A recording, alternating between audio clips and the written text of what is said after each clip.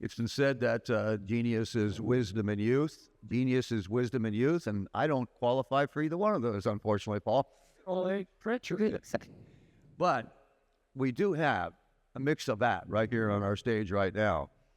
And I want to introduce to you is Grant Henderson, who succeeded me as president of EBA. He now realizes what a thankless task it is. Nonetheless, we got the right guy in there for sure. He's with Burgess Yachts, as well as being president of EBA. And I warn you that he still plays hockey. And so in any deal, get ready to be checked up against the boards, okay? If it gets on. Anyway, Grant. Thank you, Bob. We got a great panel here today, dynamic young entrepreneurs. We have Cole Watkins with Allied Marine, Jacob Ruytenbeek, I got that right, with Sailplan Maritime, Tim Hamilton with Lursen, and Boomer Jousma with Italian Yacht Group. So why don't we get started with Cole? Tell us how you got, just what you do, who you're with, and what got you into this position. Thanks, Grant. I'm a broker for Allied Marine. I've loved the industry. I started with Allied in 2011 and always had a passion for boating and fishing and wanted to figure out how to incorporate it into my life to actually do it for a living. So started with Allied in 2011, had a lot of great guidance, and the rest is history. A lot of great people. It's a great industry, and just glad to be a part of it. Jacob? Hi, everyone. I'm Jacob Ruytenbeek. I'm the founder and CEO of a tech company called Sailplan. And we've built a data platform for the marine environment to get high-resolution data from vessels of all types and sorts up to the cloud and democratize that so we can build modern applications off that data and generate novel insights much easier than ever before. Been doing this for about 4 years. I actually started my career as a lawyer, very briefly, practiced for about a week, realized quickly I didn't want to sell time, and pivoted to technology, and it's really haven't looked back since. So thanks for having me here. Yeah, thanks for being here. Cool. Mr. Hamilton? Well, I run Lursen Yachts, their Americas division, but I've been an entrepreneur, and then I had a tech startup also in the real estate space, and now I'm an entrepreneur. So for Lursen, I set up their U.S. operation maybe 7-8 years ago, and have been selling new projects and refit projects for those times. Okay. Boom. Thanks, Grant. My name is Boomer Jousma with Italian Yacht Group.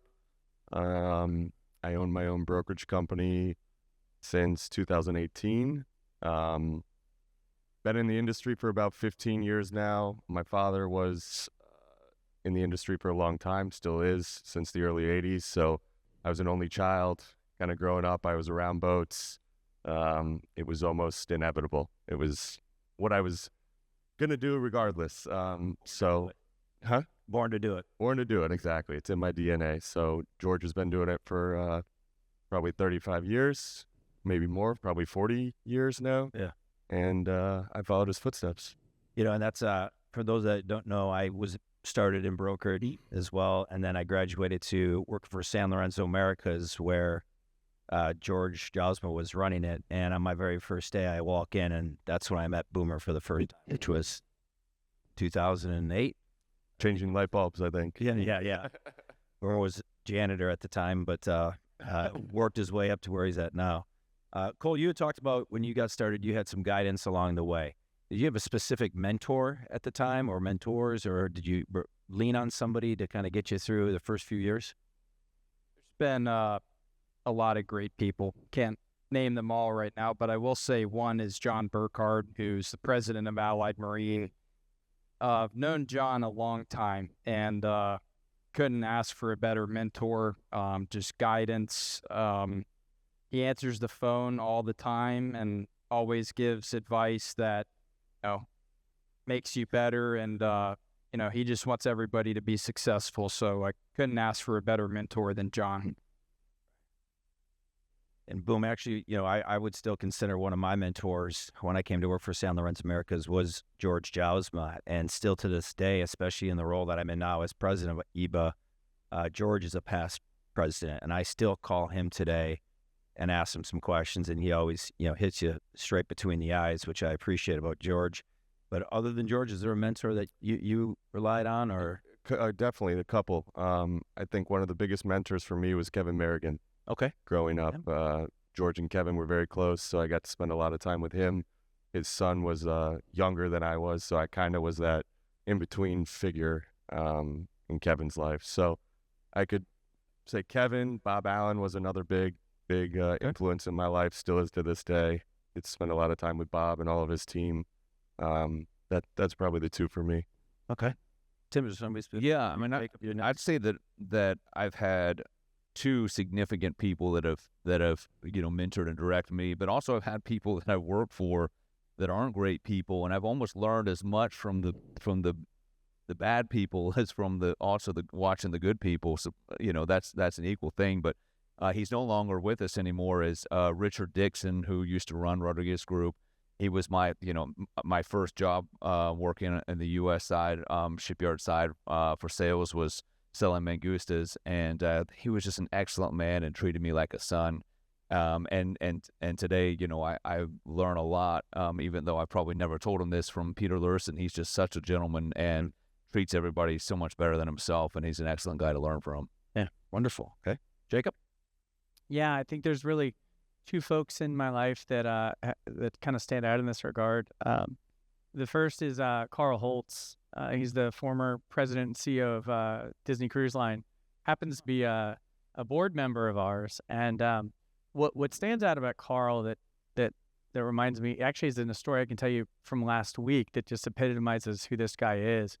I was at a restaurant and the server and I got to talking and he's like, I've been to Fort Lauderdale. I was like, oh, how'd you been and what were you doing down there? He's like, my cruise pulled into the Port Everglades there. And I was like, how long did you work on board? It's like 18 years. I was a bartender. Which line? Disney Cruise Line. I was like, oh, we work with them. He goes, and we got to talking and he remembered Carl. And he actually brought Carl up to me as like, what a great company to work for. So I took a picture with this guy. I didn't say anything. I was like, this guy remembers you. He's like, I know him. He worked on the 9th deck at the adult coffee bar on the Wonder. Oh. Yeah. I was like, you're the CEO of a major cruise line and you remember the bartender, right? And the details there. And having that attention to detail and operations and your people was something that mattered a lot to me. And the second person there is really my wife. When I started SailPlan, I had been working on it secretly in my basement on my laptop, kind of nights, staying up as late as I could, building the first version of our applications out. And eventually came over to her and I said, I have this idea for a company. Here's what it is. And she said, well, this is the first idea you've ever had that made any sense. So we should do it. And I said, great. So we're gonna release a product. We're gonna get some funding, and I'm gonna quit my job. I had a different order to that than she did, and we had just bought a house. So I quit my job the next day.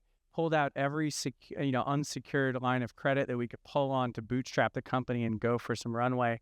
And I said, hey, here's what we did. She's like, listen, it's just a house. You can always buy another one, but you only live once. So let's go for it. And she's always been in my corner, keeping me grounded, but also lifting me up through those hard times. So it's so great. With you being relatively new to the industry, and you said 4 years. About 4 years. Why don't you take a moment and tell people more about SailPlan and what exactly it is you're doing and some of the challenge that you're facing right now? Sure. So we talked about SailPlan as a data platform for the marine environment. Well, what is that? Well, first, we take data from ships. We started with large ships, Disney Cruise Line, Royal Caribbean Cruise Line, Viking Cruise Line. We work with the U.S. Navy, soon to be the U.S. Army, and typically kind of big tonnage. And there, they really struggle around decarbonization. They're now paying carbon taxes directly in the EU with the EU emissions trading scheme. Fuel EU Maritime is now a tax on non-compliant marine fuels coming into effect in 2025. So now there's a penalty around what you're emitting, But if you can't accurately calculate or much less project what you're actually going to emit into the environment, that's going to be a costly business decision when you're burning 1,000 tons of MGO every week on your ship. And so we entered the market being able to accurately calculate how much fuel consumption a ship like the Disney Dream might actually consume. You'd be shocked to understand, but most of these cruise lines don't really know. It's their largest source of expense on board, and they have very inaccurate measurements. So refining precise data from ship automation systems, from instrumentation that we add, and precise emissions measurements taken from the exhaust stack through sensors that we've added, we're able to help them dial in and ultimately reduce their carbon tax liabilities, for example, that are coming out in Europe. That's where we started. Recently, we launched a new product with, in partnership with D'Angelo Marine Exhaust, attacking the yacht segment, really anything 50 feet and up. And this is the world's first smart exhaust. On board your vessels, you may have a little pyrometer that tells you kind of temperature. The deep insights in that exhaust stream, it actually has a lot to tell you if you monitor trend analysis over it, right? What's my back pressures? What are my temperatures? What's my water flow looking like? How are these changing over time? Can we then create monthly health reports to give the captain, the crew, the owners better insights into the maintenance there? Can we look at the opacity stream to understand when you're burning fuel or water in your combustion processes? So you have preventative maintenance, ultimately increasing your uptime and creating value to your charterers or your owners through that technology. So that's just one example of how to apply this technology into the yacht segment. Okay, very interesting. Yeah, definitely something very unique. Tim, you had mentioned that you're an entrepreneur. What are some barriers to entrepreneurship these days? Within the yacht sector, I guess both, or in general. I think our country, we are so fortunate that we live in a place and a time where it has never probably been easier to start a new initiative compared to the rest of the world. The percentage of our population, of our working class population, that owns their own business or has started their own business or is some form of entrepreneur is extraordinarily high. Even yacht brokers in general, right? In some way, you're all into entrepreneurs if you're 1099s.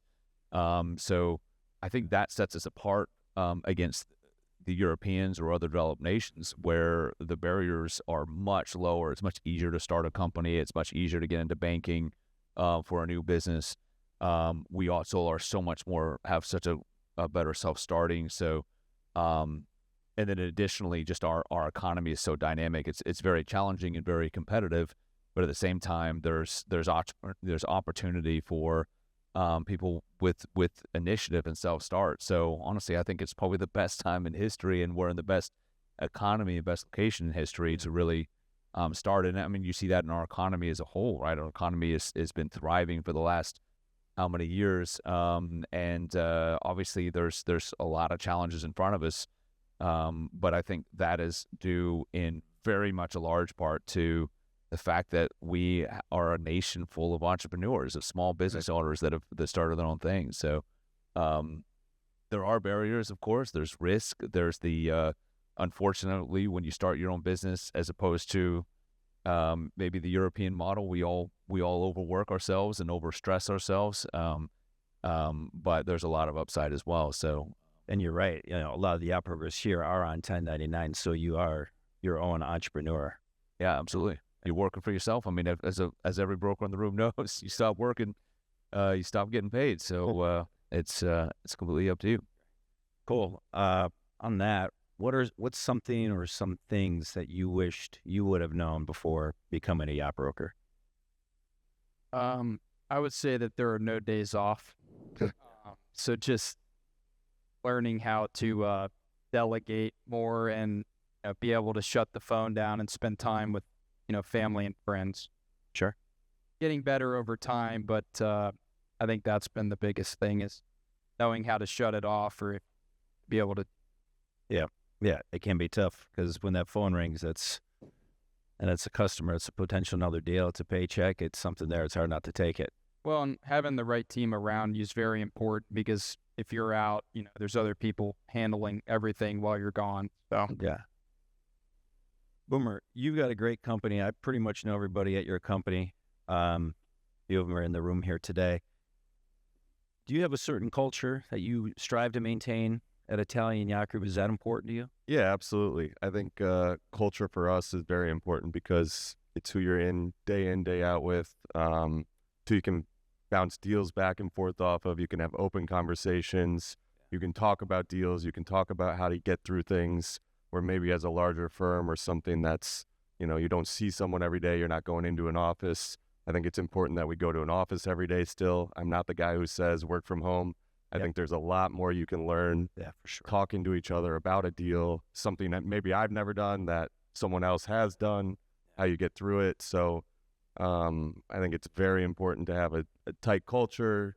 We do a lot of lunches together. We do a lot of, things like this, meetings. It's important to bring everyone out and learn because you're always learning. Back to being an entrepreneur, I can tell you that you don't know everything. You're always learning. Every deal is different. Every deal is new. Something, this is the most difficult deal I've ever done. A month later, this is the most difficult deal I've ever done. So I think it's very important to have a good culture and something that someone wants to come to work to every day. Yeah. We're very fortunate to sell boats for a living and enjoy our life and not necessarily, as Cole said, have a set schedule. And I think it's great. But you're right.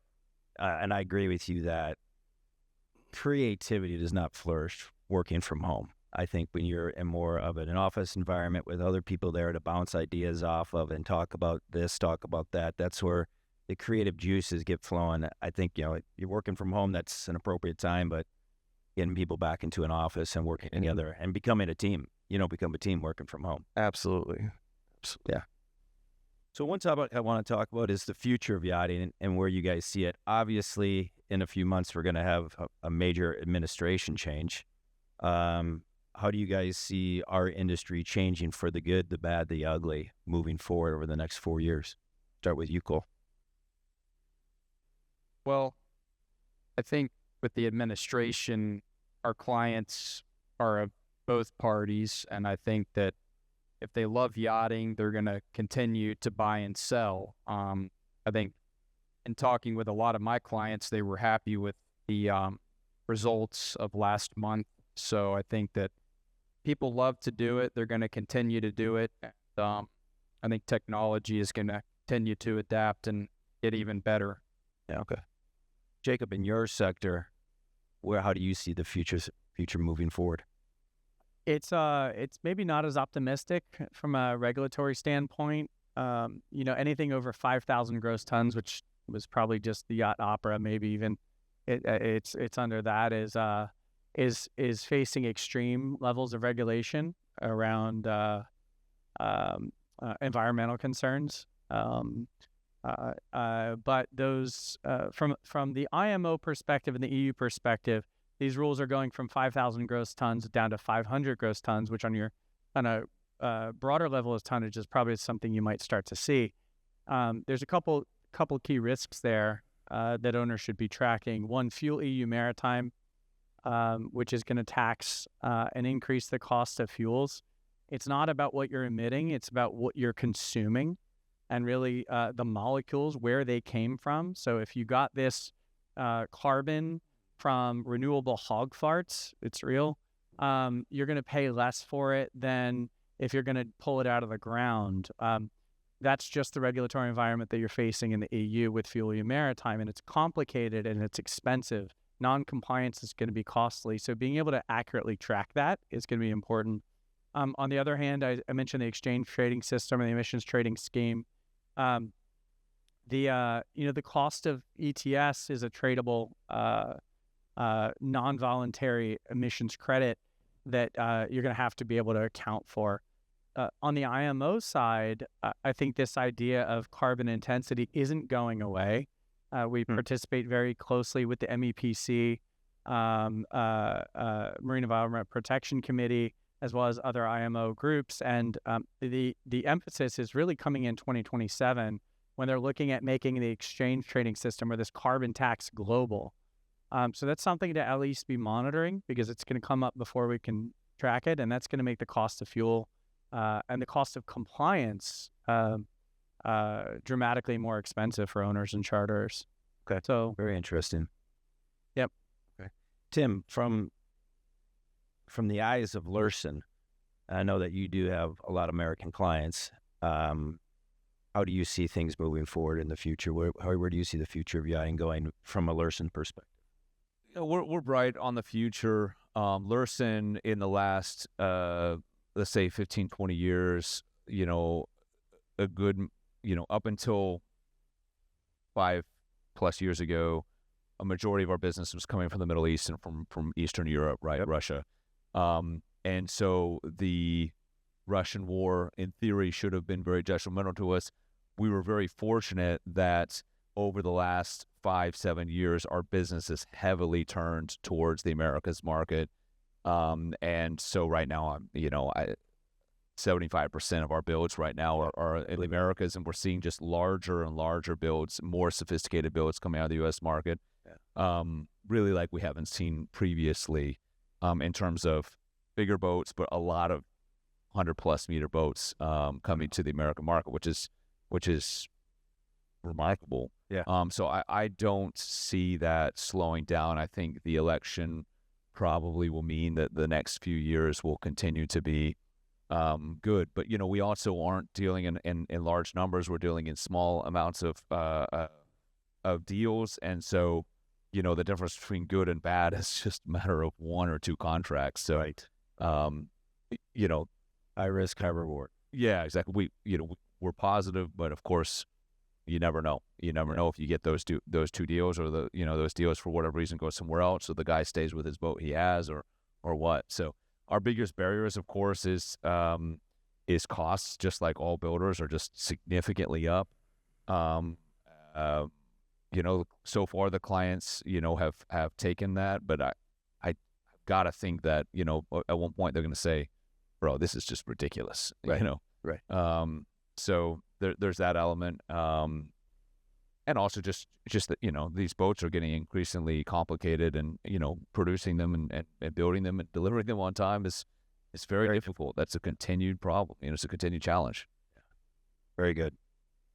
Boom. You have the ability to pretty much sell anything. I know you've done Vanquishes, you've done Princess, you've got a couple boats in build right now. You just delivered the 52-meter Baglietto Kula.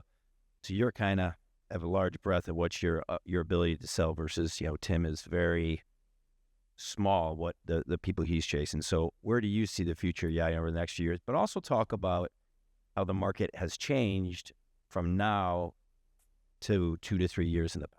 For sure. To Tim's point, I think larger boats, obviously in his playground, I think that market's going to continue. I think the wealth is just growing in that sector.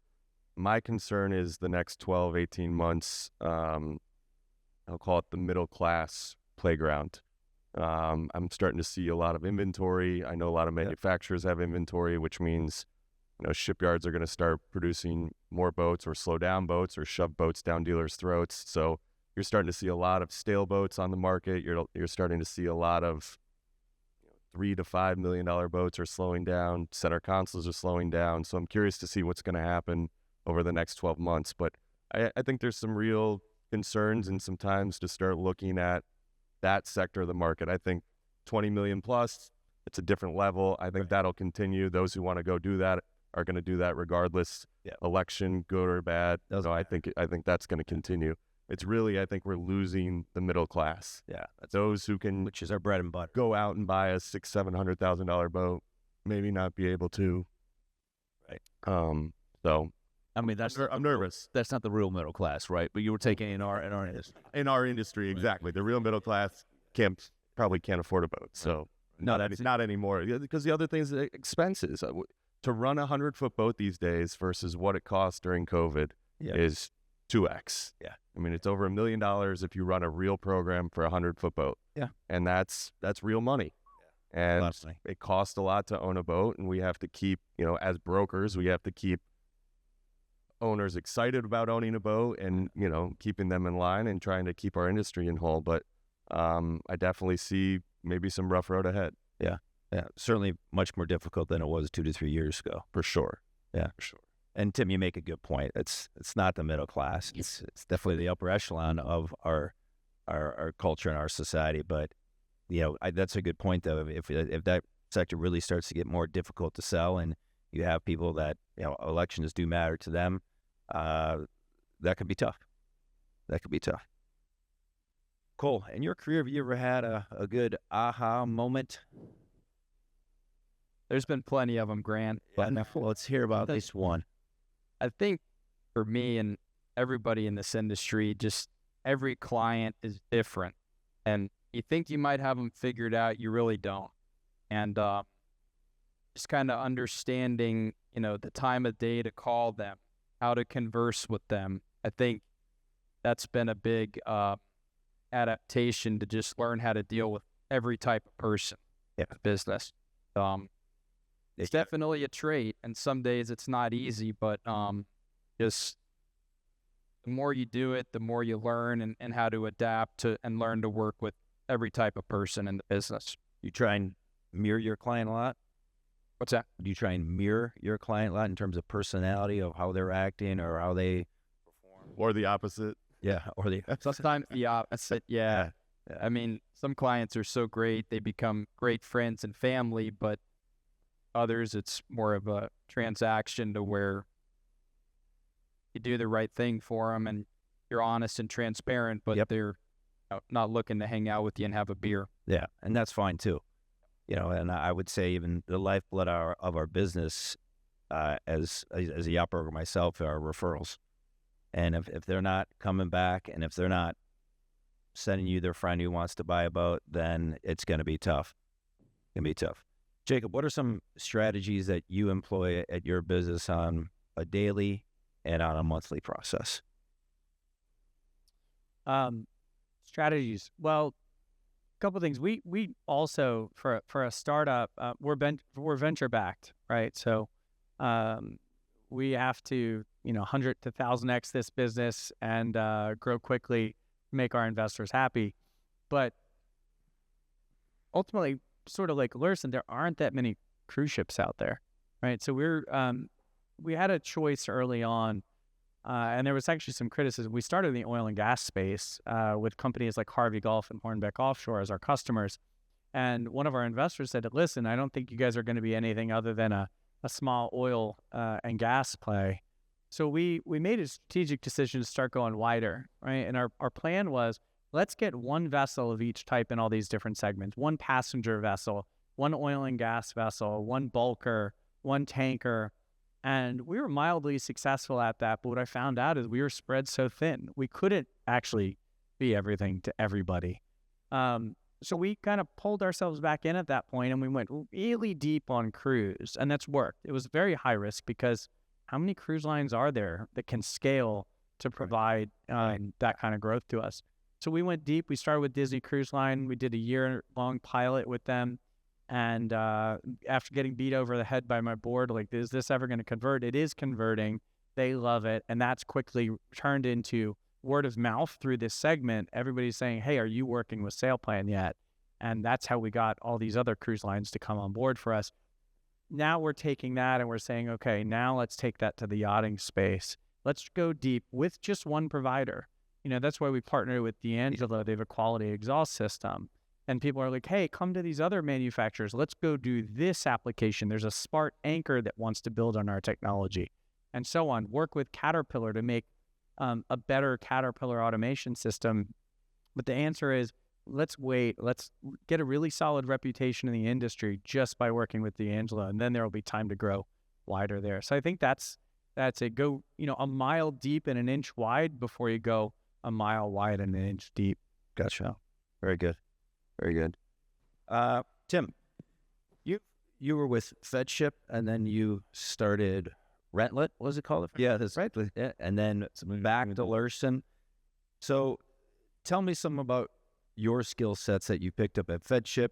Obviously, Rentlet being totally different, and now back at Lursen that you've developed over your career over the last 10, 15 years or so. Yeah, I mean, Fedship I was lucky that I ended up with that job in the first place. But it was a great. I mean, I love the product of Fedship to this day. Obviously, they're my main competitor, but they build great boats, and I learned a ton in those days. And I had fun. You know, we were successful. We got to build a lot of great projects that are out there today, and it's fun to see them change hands and change ownership. But I learned a lot of fundamental about yacht building and about interacting with the client base and then interacting with the industry. Really, it was, like you said, a completely different pivot. I did just what we did. I had a client, a big famous tech guy that was younger than me. He was 25, and I was building this 300 plus footer, and I was telling him about this startup that I was working on in real estate on the side, because I invest in real estate, and I was doing a startup in the space. And he's like, well, if you're ever going to be successful, you can't just do it on the side. You have to be all in. So I quit my job at Fedship, went all in, but I didn't raise any venture, which was a mistake, and I didn't hire a technical co-founder or find one. And so I burned through all my savings, and I was desperate. So, but what that, that I learned so much through that entrepreneurial journey. Failure, you learn so much more through than success. Right.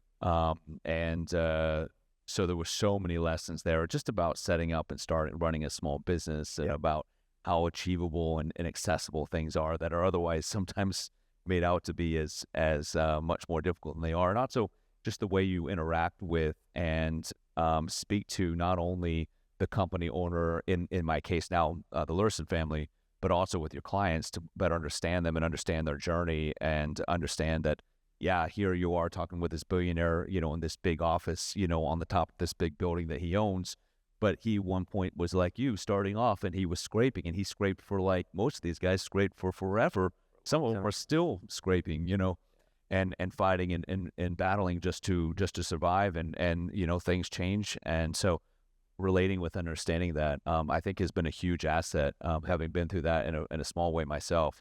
So then, again, bringing that skill set from Fedship, of course, and expanding into my years at Lurson with continued projects, every project you learn, but then also bringing that entrepreneurial mindset into how I run a small business effectively for Lurson, I think have merged pretty well. Right. Come together. Still learning, though. Yeah, still learning. And like you said, the mistakes that you learn from, I mean, that's the most valuable thing, is that we've all made them, and learning from them is key. Boomer, you own Italian Yacht Group. You've got, I can see two of your guys right there. You've got a handful of other staff, but you're still a yacht broker as well. Absolutely. You're a business owner, you're a manager. So talk to us a little bit about that balance that you need to find.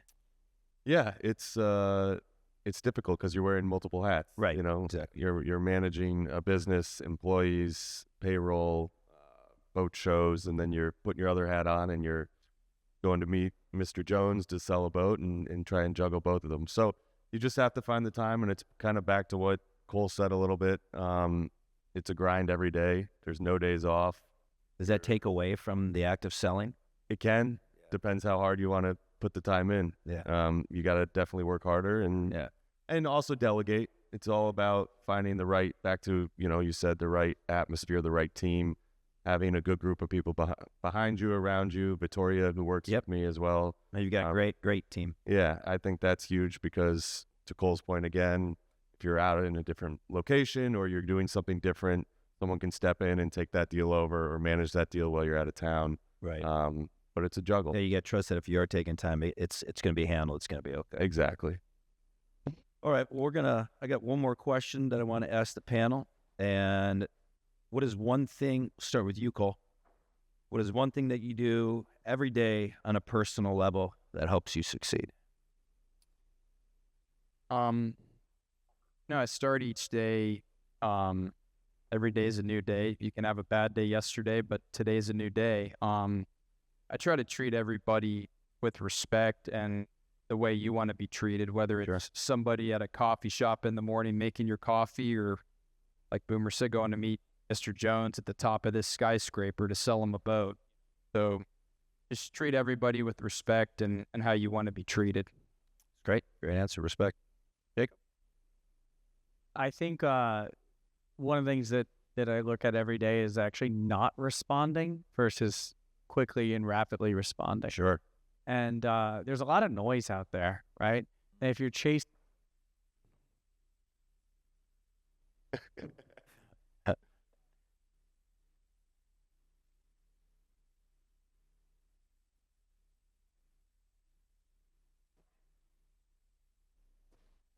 It's a good day. Thank you. And so, kind of this strategic patience, letting the facts play themselves out and only responding when you absolutely have to. That way, you're able to collect as much information as possible. Yeah. Let the situation frame itself so that you can act strategically in there. And that's been an acquired skill because sometimes you just want to dive in and whack the problem and resolve it. And often it creates 2 or 3 other problems if you don't. So setting the situation there strategically is something critical. But I think a lot of our customers, they expect an answer quickly. They're not, most of them are not very patient, but pumping the brakes, getting the information, and having a proper answer is always smarter. They do, but one of the ways you can manage that is create optionality for yourself. So we love definite answers. Yes, no, 100%, absolutely. Instead of giving those answers, give yourself some room to pivot. Maybe let's think about that. Have a dialogue, but don't commit to a specific answer when it's not good for you. Allows you to keep certain options open, and that may be really useful in deals as well. Yeah. With a buyer or seller who wants an answer. Yes, well, let's talk about that. Keep those options open for a kind of a better outcome. It's a great outlook on it. Tim, that's something you do every day. Good advice. What